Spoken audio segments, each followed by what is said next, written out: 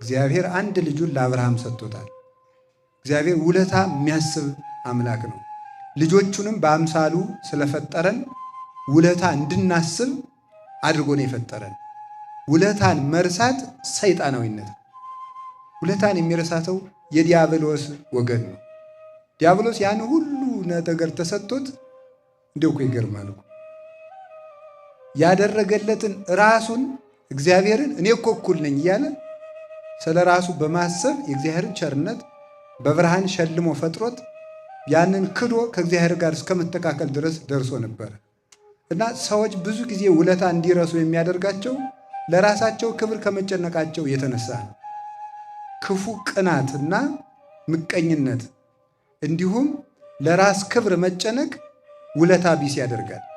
ለራስ ክብር መጨነቅ ዲያብሎስ ለራሱ ክብር ስለሚጨነቅ የእግዚአብሔርን ውለታ ረስቶ ያከበረውን እግዚአብሔር ናቀ፣ ከፍ ያደረገውን እግዚአብሔር አቃለለ። በዚያ ደግሞ እግዚአብሔር እንዲወድቅበት አደረገው ማለት ነው። እና ቅዱስ ጳውሎስ ለእያንዳንዱ ክርስቲያን ሕማም መከራን የተቀበለ እንዲያውም መከራው ከመጽናቱ የተነሳ እንደ ከውስጥ ከመኳሄላ ኮንክዎሙ ለሃዌ ያለው የቅዱስ ጳውሎስ ትንቢት የተፈጸመበት ለወንድሞቼ እንደ ዓላማ ሆንኩ። ዓላማ የሚባለው ወታደሮች ተክለው ተኩስ የሚለማመዱበት የተተከለች ነገር ነው። ያችን ሊመታ ሁሉም አርበኛ እንደሚመለከታት አሕዛቡም ሕዝቡም እኛን ለሞት ይመለከተናል አለ ቅዱስ ጳውሎስ። ለሞት ይመለከተናል። እንደ ጥፍር እድፍ ሆን ይላል። ለእጅ ጣቢ ቦታ አይመርጡለትም፣ በየቦታው ይጥሉታል። ሐዋርያትንም በየቦታው ይጥሏቸው ስለነበረ እንደ ጥፍር እድፍ ሆን ይላል ቅዱስ ጳውሎስ። እንደ ግና ጨዋታ ሆን ይላል። ግናን ይሄኛው ሲመታት ቆይቶ ወይም እና ገና እንለዋለን፣ ያኛው ሌላ በትር ይዞ እንደሚጠብቃት እነ ቅዱስ ጳውሎስን በኢየሩሳሌም ደብድበዋቸው በሮሜ ያሉት ሌላ ዱላ ይዞ ይጠብቋቸዋል። በሮሚያ ደብድበዋቸው በገላትያ ይጠብቋቸዋል። በዚያ ደብድበዋቸው በፊልጵስዩስ ይጠብቋቸዋል።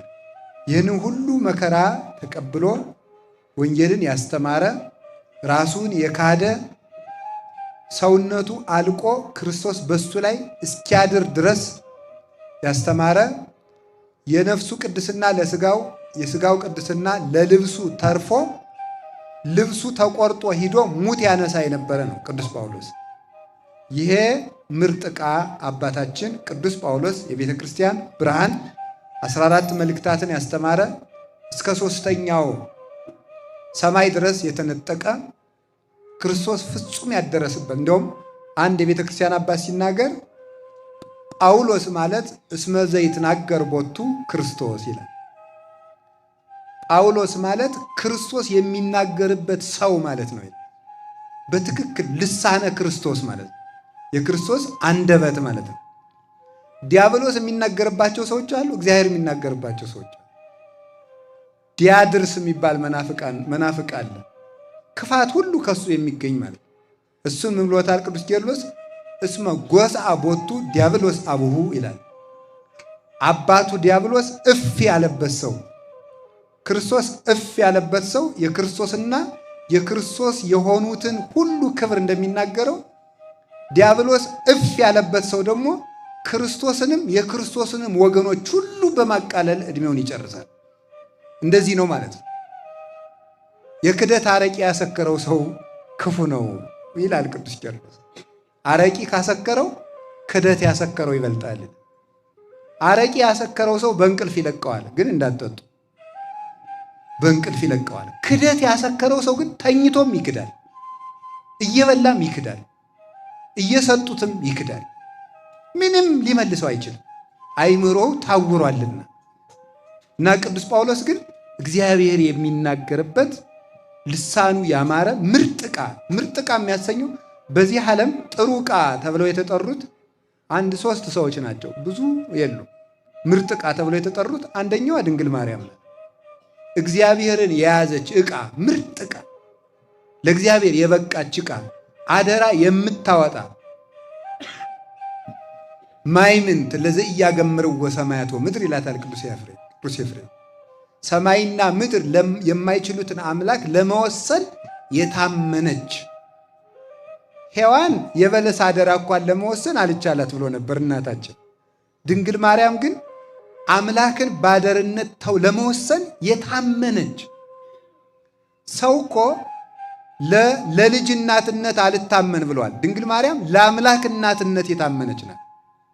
ለትልቅ አደራ የታመነች የታጨች እሷ ናት እና ምርጥ ዕቃ ያሰኛታል። ምርጥ ዕቃ ጸዋሪተ እግዚአብሔር እግዚአብሔርን በከንፈር ለመሳም፣ በእጅ ለመታቀፍ፣ በጀርባ ለማዘል፣ በማህፀን ለመወሰን፣ ጡት አጥብቶ ለማሳደግ የታመነች ማለት እንዲህ ያለች ስለሆነች እሷን የሚመስል ምርጥ ዕቃ በፍጹም የእግዚአብሔር የጸጋው መዝገብ እንደ ድንግል ማርያም የለም፣ የትም አይገኝም። እግዚአብሔር ጸጋን ሁሉ ያኖረባት ቤቱ ማለት ነው። ጸጋን ሁሉ ጸጋ ነቢያትን፣ ጸጋ ሐዋርያትን፣ ጸጋ ሰማዕታትን፣ ጸጋ ደናግል፣ ጸጋ መነኮሳትን፣ ጸጋ መላእክትን ሁሉ ጸጋ ቤተ ክርስቲያን ሁሉ ያለባት ለጸጋ የታመነች መዝገብ እመቤታችን ቅድስት ድንግል ማርያም ናት። እሷ ምርጥ ዕቃ ትባላለች። ከዚያ ቅዱስ ጳውሎስ በአዲስ ኪዳን ምርጥ ዕቃ ይባላል። እግዚአብሔርን ይዞ የሚዞር ማለት ነው። ወዘልፈ ንጸውር ሞቶ ለክርስቶስ በሥጋነ የክርስቶስን መከራ በሥጋችን ተሸክመን እንዞራለን እንዳለ መከራውን ይዞ ሲዞር ስሙን ይዞ ይዞራል፣ ክብሩን ይዞ ይዞራል፣ አድሮበት ይኖራል። ስለዚህ ቅዱስ ጳውሎስ በእውነት እግዚአብሔርን ተሸክሞ የሚዞር ሰው ነበር። እግዚአብሔርን ይዞ የሚዞር ሰው ክርስቶስ ለሰጠው ለሐዋርያነት አደራ የታመነ ከደረሳችሁበት ቤት ሂዳችሁ ሰላም ለዚህ ቤት ይሁን በሉ፣ ቢቀበሏችሁ ሰላሜ አብሮ ይገባል ብሏል። ለሐዋርያት የሰጠው ጸጋ ነው።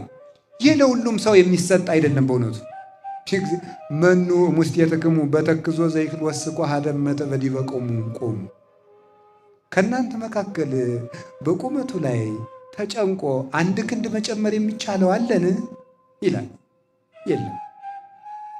እስቲ እግዚአብሔር ከሰጣችሁ ቁመት ላይ ተጨናነቁና አንድ ክንድ ጨምሩበት።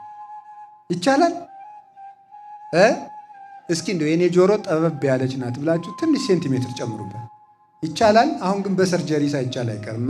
እናንተ እኮ የማታረጉት የለም። የከተማ ሰው አስቸጋሪ እኮ ነው በእውነቱ ማለት ነው። አይቻልም። የሰጠን ዘንድ ነው። ይሄንን ምንድነው? አሁን እግዚአብሔር ቁመት ሰጥቷል። ከዚህ በላይ አንድ ክንድ መጨመር አትችልም። ምን ማለት ነው? እስከዚህ ሁን ብሎ ሰጥቷል። ከዚህ በላይ አንተ እኔ እችላለሁ ብለህ ጸጋን መጨመር አትችልም። እስከዚህ ስፋ፣ እስከዚህ ኑር ካለ እስከዚያው ኑር ብለውን አባቶች ጌታችን ኢየሱስ ክርስቶስ የነገረን ተጨንቆ አንድ ክንድ መጨመር የሚችል እንደውም አባቶቻችን አንድ ክንድ የተባለች ክህነት ናት ይላሉ። ቁመት መደበኛው ቁመት ክርስቲያንነት ነው። የመላው ክርስቲያን ሕይወት ቁመት ተብሏል። ከቁመት በላይ አንድ ክንድ የተባለች ግን ክርስቲያኖችን የምታጸድቅ ከእምነት በላይ የምትሆን እምነትን የምትመራ ክህነት ናት። ከናንተ በቁመቱ አንድ ክንድ መጨመር የሚችል ማን ነው? ማለት እኔም ለክህነት እበቃለሁ ብሎ ካህን መሆን የሚችል ማን ነው? አይቻልም። ይህን ነው ጌታ ያስተማረ እና ቅዱስ ጳውሎስ ግን ለዚህ ክብር የተመረጠ አባት ነው። የቅዱስ ጳውሎስ በረከቱና ረድኤቱ ይድረሰን። ፍጹም አዛኝ መምህር ነው። ፍጹም ለክርስቶስ የሚቀና መምህር ነው። ፍጹም ለወንጌል ያልሆነው የሌለ መምህር ነው። አሁን እንደው አንዳንድ ጊዜ ቅዱስ ጳውሎስ ቢኖር ኖሮ እንዳንል መጽሐፎቹ አሉ። ይጨንቀናል እኮ የሚመጣው ሁሉ ሲመጣ። አንዳንድ ጊዜ በእውነቱ ማለት እነዚያ በቆሙበት ሁላችን ስናፋችልበት ያስደንቃል።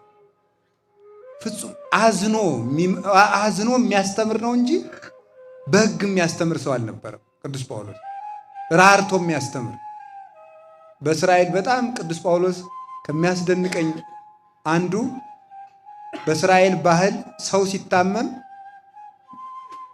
የታመመውን ሰው የጸናበትን እየወሰዱ እቤት ይዘጉታል። አንድ ቤት ይዘጓቸዋል። እዚያ ሲዘጓቸው እነዚያን ለመስበክ ቅዱስ ጳውሎስ እቅድ አወጣ። አሁን መቼስ ሆስፒታል ሄዶ ሰዎችን ንስሐ ግባ ይባል ነገር ኧረ ለራሴ በሽታዬ ንስሐ ነው የሚል ሰውየው ምን ተብሎ ይሰበካል? ክርስቶስን ግን እንዲያውቁ ፈለገና ሂዶ እኔም ታምሜያለሁ ብሎ ተኛ። አሞኛል ብሎ ውጋት ያዘኝ ብሎ ያቃስታል እያለ ማለት ነው። ኋላ ጥቂት ቀን ሰንብቶ እንዲው እኮ ይገርማል። ኧረ ክርስቶስ የሚባል መጥቷል አሉ ድውይ የሚፈውስ በእሱ ማንና ይፈውሳል። ከፈወሰ እንግዲህ ከአንተ በላይ የጸናበት አለ። እስቲ አንተን ይፈውሳሉ። አምኛለሁ ሲል ወዲያው ያልታመመውን ወገቡን ክርስቶስ ለታምራት ምልክት እንዲሆንለት ቋ አደረገለት። እዚያ በኋላ ወገቡ እየጮኸ ጎባጣ እንደሚቀና ተነሳ። በትክክር እንደታመመ አድርጎለት ለወንጌል ያደረገው ስለሆነ እዚያ በኋላ እኛም በጳውሎስ አምላክ አምነናል ብለው መልሷቸዋል። ስለዚህ ምን አለ? ለታመሙት እንደታመመ ሆንኩላቸው፣ ለታሰሩት እንደታሰሩ ሆንኩላቸው፣ ለወንጌል ሁሉን እሆናለሁ ብሎ የተናገረ ጣዖት በሚመለክበት ሀገር ሂዶ የጣዖት አምላኪዎችን ልብስ ለብሶ አብሮ እየሰገደ አቴና ሂዶ ሲያስተምር የማይታወቀው አምላክ ለፀሐይ አምላክ፣ ለጨረቃ አምላክ፣ ለዝናብ አምላክ፣ ለክረምቱ አምላክ፣ ለበጋው አምላክ ብለው እንደገና ደግሞ ድንገት ማናውቀው አምላክ ብለው የማይታወቅ አምላክ ብለው ታፔላ ጽፈው ሲሰግዱ ያን የማይታወቀውን አምላክ እኮ አወቅኩት ሲሰግድ ቆይቱ ማን ይባላል? ክርስቶስ ብሎ አስተምሮ የመለሰ አባት ነው። የቅዱስ ጳውሎስ አምላክ በወንጌል የሚቀልዱትን ሁሉ ያሳርፍልን። ቅዱስ ጳውሎስ ወንጌልን በሚሰብክ ጊዜ ብዙ ሰው ነበር የሚሰብክ። ታስሮ ሲታሰር ደግሞ ምን ያደርጋሉ? በቅዱስ ጳውሎስ ላይ መከራ ለማጽናት ብለው ወንጌል የሚሰብኩ ሰዎች ነበሩ። እንዲያው እኮ ይገርማል። ምክንያቱም የታሰረ በወንጌል ስለሆነ እሱ ሲሰብክ ደግሞ ምን እንዲባል ነው? ይሄው ዛሬም የእሱ ተከታዮች ነገሩን አላቆሙም ተብሎ እስራት እንዲጨመርበት የማያምኑትን ወንጌል ጳውሎስን ለማሳሰር ይሰብኩ ነበር። ዛሬ እኮ የማያምኑትን ወንጌል እኮ የሚሰብኩ ሰዎች አሉ። የማያምኑትን ወንጌል ማለት ነው። ለሕዝብ ወንጌላዊ ለመምሰል መጽሐፍ ቅዱስን የማያምኑትን የማይመለከታቸውንም የማይመለከቱትን ወንጌል ጥቅሱን ብቻ አንጠልጥለው የሚመጡ ሰዎች አሉ። ምን አለ ቅዱስ ጳውሎስ? ጳውሎስን ይንደደው ብለው የሚሰብኩ ሰዎች አሉ። በመከራዬ ላይ መከራ ሊጨምሩብኝ ወንጌል የሚሰብኩ ሰዎች አሉ። በቅናት ወንጌል የሚሰብኩ ሰዎች አሉ። በዚህም ብሎ ክርስቶስ ይሰበካልና ደስ ብሎኛል ይላል። እሱ ግን በመከራዬም ፈጣሪን አመሰግነዋለሁ ይላል። አንዳንዶቹ ደግሞ የፊልጵስዩስ ሰዎች እሱ በሮም ታስሮ ሳለ ሳንቲም አዋጥተው ከታሰረበት ስለጠየቁት እኛም እንደ ቅዱስ ጳውሎስ ሳንቲም እንዲሰጠን ብለው ስብከት የጀመሩ ሰዎች ነበሩ።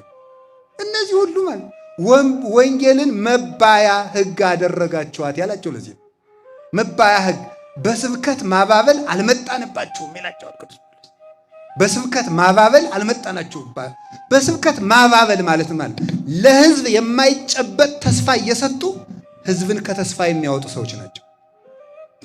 የማይጨበጥ ተስፋ እየሰጡ የማይሆነውን ትሆናለህ፣ የማይደርስበትን ትደርሳለህ እያሉ የማይጨበጥ ተስፋ የሚሰጡ የስብከት አባባዮች ይባላሉ። ወደ ልዩ ወንጌል የሚወስዱት እነዚህ ነበረ ቅዱስ ጳውሎስ ውቅወሙ ለከለባት ያላቸው፣ ውሾችን እወቁባቸው ያላቸው። ውሾችን እወቁባቸው፣ ከሆዳቸው ምስጢር የማያድሩትን መልሰው ወደ ጥፋታቸው የሚመለሱትን እወቁባቸው ብሎ ውቅወሙ ለገበርተ እኪት፣ ክፉ ሰራተኞችን እወቁባቸው ያለን እነዚህ ነበረ። ፊልጵስዩስ ምዕራፍ 3 ላይ ያሉ ማለት ነው። የቅዱስ ጳውሎስ በረከት ይደርብን። አንደኛ ቆሮንቶስ እግዚአብሔር ሰውን ያውቃልና ማንን በማን እንደሚመልሰው ስለሚያውቅ ቆሮንቶስ በጊዜው የነበረች ፈላስፎች ብዙ ጊዜ የኖሩባትና በጊዜው ንግድ የበዛባት የንግድ ከተማ የነበረች ለመንገድ የተመቸች ወዲያ ወዲህ የሚለው ሁሉ የሚገናኝባት ስለሆነ ሕዝቡ በእውቀቱ የሚመካ ሕዝብ ስለነበረ እሱ ደግሞ 46ቱን ብሉይ ኪዳን የተማረ ሰው ቅዱስ ጳውሎስ ጸጋም የብሉይ ኪዳን እውቀትም ከገማልያል ስር የተማረ ስለነበረ ለዚህ የሚበቃ ቅዱስ ጳውሎስ ነው ብሎ ጌታ እሱን ሰዶ አስተምሯቸዋል። እና ትንሣኤ ሙታን የለም የሚሉ ቢጽ ሐሳውያን ስለገቡባቸው ለእነሱ መልስ እንዲሆናቸው አይ ትንሣኤ ሙታን ከሌለማ ክርስቶስ አልተነሳማ፣ ክርስቶስ ካልተነሳማ ማመናችን ከንቱ ነዋ። አንተ የቆሮንቶስ ገበሬ ትንሣኤ ሙታን ከሌለ አንተ የምትዘራው ስንዴ ፈርሶ በስብሶ እንደገና 30፣ 60፣ 100 ፍሬ አፍርቶ የሚነሳ ከሆነ በእግዚአብሔር አርአያና አምሳል የተፈጠረ ክቡር የሰው ልጅ እንዴት አይነሳም ትላለህ? በምንነሳም ጊዜ ሁሉም የየራሱን አካል ይዞ ይነሳል። ዘር፣ ስንዴ፣ ጤፍ፣ በቆሎ፣ ማሽላ፣ ኑግ፣ ሌላም ሰሊጥ ተዘርቶ ሁሉም የየራሱን አካል ይዞ ይነሳል። አይቀላቀልም። አንድ ላይ ተዘርቶ ሁሉም የየራሱን አካል ይዞ ይነሳል።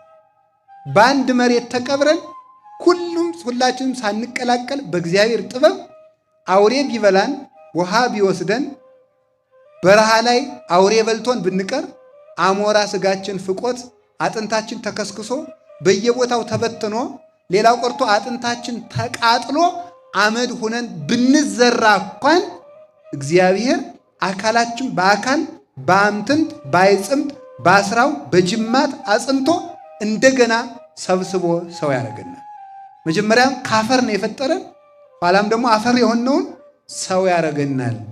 እንደገናም የየራሳችን አካል ይዘን እንነሳለን። ሰው ሁሉ የየራሱን ስራ ይዞ ይነሳል። የየራሱን ስራ የሰራውን ስራ ተሸክሞት ይነሳል እና ሁላችንም የየራሳችን አካል ይዘን እንነሳለን። በየክብራችንም እንነሳለን። አንድ ቀን እንነሳ እንጂ የምንነሳው ግን በየራሳችን ክብር ነው። አንዱ በሌላው ክብር አይነሳም። የየራሱን ክብር ይዞ ነው የሚነሳው። ክብር አይቀላቀልም። ባለ 30ው የባለ 60 ክብር ይዞ አይነሳም። ባለ 60ው የባለ 100 ክብር ይዞ አይነሳም። ሁሉም በየክብሩ ይነሳል። 1 ዲናር ይሰጠዋል። በሰርክም የመጣ በቀትርም የመጣ በ9 ሰዓት የመጣ በማለዳም የመጣ በልጅነቱም ያመነ ቆይቶም ያመነ በእርጅናውም አምኖ የሞተ ለሁሉም 1 ዲናር፣ 1 ዋጋ፣ 1 የዘላለም ሕይወት፣ 1 መንግሥተ ሰማያት ይሰጠዋል። የምንነሳበት ክብር ግን የተለየ ክብር ነው። ይህም በምን ማስረጃ ታስረዳናለህ ሲባል ቅዱስ ጳውሎስ የፀሐይ ክብሩ ሌላ ነው፣ የጨረቃ ክብሩ ሌላ ነው፣ የከዋክብት ክብሩ ሌላ ነው። በአንድ ሰማይ በአንድ ረቡዕ ተፈጥረው በአንድ ትእዛዝ ታዘው አንድ ብርሃን ተቀብተው በአንድ ሰማይ አብርተው ሲኖሩ ክብራቸው ግን ልዩ ነው። በአንድ ዕለት ተፈጥረዋል በሉ፣ በአንድ ረቡዕ ተፈጥረዋል በሉ። አይዟችሁ፣ በአንድ ረቡዕ ተፈጥረዋል፣ በአንድ ትእዛዝ ተፈጥረዋል፣ በአንድ ሰማይ ያበራሉ። በክብር ግን ምን ይላሉ? በሉ እንጂ ንገሩኝ። በክብር ምን ይላሉ? አንድ ጊዜ በሉ፣ ጨምሩ። አዎ ያዙ፣ ይሄን እንዳትረሱ። እንግዲህ ማለት በምን ይኖራሉ? በስንት ሰማይ በስንት ትእዛዝ ተፈጠሩ? በክብር ግን ምን ይላሉ? ይለያያል። ይህንን ነው መያዝ። እሺ፣ ይህንን ነው የምናየው። ኋላም እየክብራችን እንድነሳ ክብር ይስጠን መድኃኒዓለም። ይህንን ካልን ምንድን ነው ይህንን ያመጣ ነው? በአጭር ቃል ፀሐይ፣ ጨረቃ፣ ከዋክብት ምንድን ናቸው ነው? ሰማይ ምንድን ነው? ይህን ብቻ ነው የምናየው። ሰማይ እንግዲህ እግዚአብሔር ፀሐይ፣ ጨረቃ፣ ከዋክብትን የፈጠራቸው መቼ ነው ካላችሁኝ፣ ረቡዕ ነው የፈጠራቸው። እግዚአብሔር እሁድ ፍጥረትን ጀምሮ ቅዳሜ ለእሁድ ሌሊት 7 ፍጥረት ፈጥሮ ጨለማንም ጨምሮ መላእክትን ግን ሲነጋ ፈጥሯቸዋል። ከዚያ በኋላ ብርሃንን ፈጥሯል። ከዚህ እስከ ብሩህ ሰማይ የሚባለው ከዚህ በላይ ያሉት 7ቱ ሰማያት ናቸው። ከዚህ እስከ ብሩህ ሰማይ እስካለው ሰማይ ድረስ ውሃ የሞላ ነበረ። ከዚያ በኋላ እግዚአብሔር ለይትጋባ ማይ ውስተ ምዕላዲሁ ብሎ ውሃውን በየቦታው ሰበሰበው። ማክሰኞ የሚሰራው ስራ ስለነበረው ሰኞ አስቀድሞ ውሃውን ሰበሰበ። ውሃውን አንዱን ከዚህ ከምናየው ሰማይ በላይ ሰቀለው። ከዚህ ከምናየው ሰማይ በላይ የሰቀለውን ውሃ ሐኖስ አለው። ሐኖስ ማለት ተሐዋኪ ማለት ነው፣ ወይም ብጽብጽ ማለት ነው። የሚታወቅ ማለት ነው። የሚገማሸር ተባዕታይ ይለዋል አባቶቻችን በወንድ ይመስሉታል። ወንድ ምንድን ነው? ጀብደኛ አይደለ? አዎ፣ ይሄ መግረሽረሽ፣ መደባደብ፣ መቆጣት፣ ማዘዝ የሚወደው ወንድ ነው እና በዚያ ይመስሉታል። ያ ረግቶ አይቀመጥም። ግን ሰማይ ለብቻው ወደዚያ ወደ አንዱ ሰማይ እንዳይሄድ ምን ያደርገዋል? ልክ ባቢል የሚባል ነፋስ እንደ ብራና ውሃውን ወጥሮ እንዲይዘው አድርጎ አስቀምጦታል እግዚአብሔር። እንግዲህ እንደምታዩት ውሃ በገበታ መቀመጥ የሚችለው ገበታው ምን ሲሆን ይመስላችኋል? ወደ ላይ ሲዞር ነው? ወደ ታች ሲዞር ነው? እንግዲህ በከተማ አላውቅም። በእኛ በገጠሩ ወደ እናንተ በቧንቧም አይሆንም እኮ ውሃ ሽቅብ ይፈሳል አይፈስም ሲባል በአዲስ አበባ በቧንቧ ይፈሳል አላሉ አንዱ። ለምክር ሲባል ለምክር የተባለውን ውሃ ሽቅብ አይፈስም እንጂ ሲል አይ በአዲስ አበባ በቧንቧ ይፈሳል ብሏል። እና ውሃ ሊይዝ የሚችለው ወደ ፊቱን ወደ ታች ዞሮ ነው፣ ገበታው ወደ ላይ ዞሮ ነው። እግዚአብሔር ግን ጥበበኛ አምላክ መሆኑን ለማስረዳት ሰማይ ፊቱን ወደ ታች ነው ወደ ላይ ነው የዞረው። ወደ ታች ዞሮ ውሃ ይዟል በላዩ ማለት ነው። ይህ ድንቅ ጥበቡ ነው ይላል ቅዱስ ዮሐንስ አፈወርቅ። ድንቅ ጥበቡ ነው። ውሃውን በላይ አድርጎ ተሸካሚ በታች አዞሮታል። እንደዚህ አድርጎ አስቀመጠው። አንድ ውሃ ሐኖስ ነው። አንዱን እጅ ውሃ አረጋና ጠፈር አደረገው።